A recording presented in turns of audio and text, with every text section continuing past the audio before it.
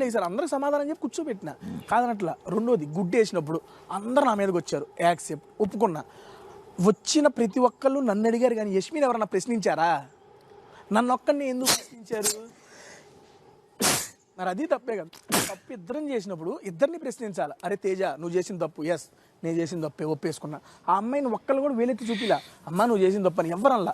అంతమంది కలిసి హౌస్లో సగం మంది కలిసి నా మీదకే వచ్చారు, అరే నువ్వు చేసేవరా నేను చేశాను ఒప్పుకున్నాను, ఓకేనా. తర్వాత కూడా ఆ డిస్కషన్ దాందే. మరి ఆ అమ్మాయిని ఎవరైనా పాయింట్అవుట్ చేశారు, అమ్మాయి వాడు చేస్తే చేశాడు నువ్వు ఎందుకు చేసావు అని ఎవరన్నా అందరి ముందు అడిగారా? అడగల. మరి అది కాదా కలిసి ఆడుతున్నట్టు?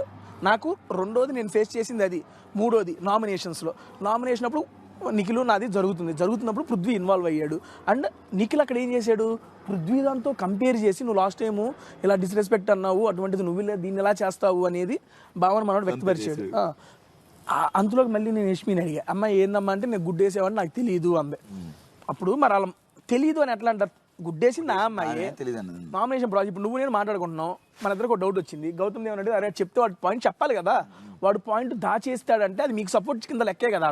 ఆ రష్మి చేసింది అదే కదా, క్లియర్ కట్గా నామినేషన్స్ అప్పుడు అందరు కలిసి నా మీద దాడి చేసింది. ఇది ఏంది గుడ్డప్పుడుది. ఆ నామినేషన్స్ అప్పుడు 3 పాయింట్స్లో నాకు అనిపించింది కలిసి ఆడుతున్నారని, అందుకే నేను పాయింట్ రైజ్ చేశా.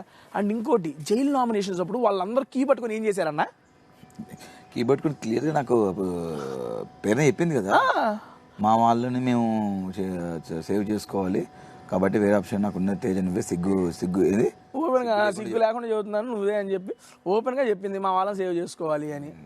అది కూడా క్లియర్ కట్గా అది క్లాన్ గేమే కదా.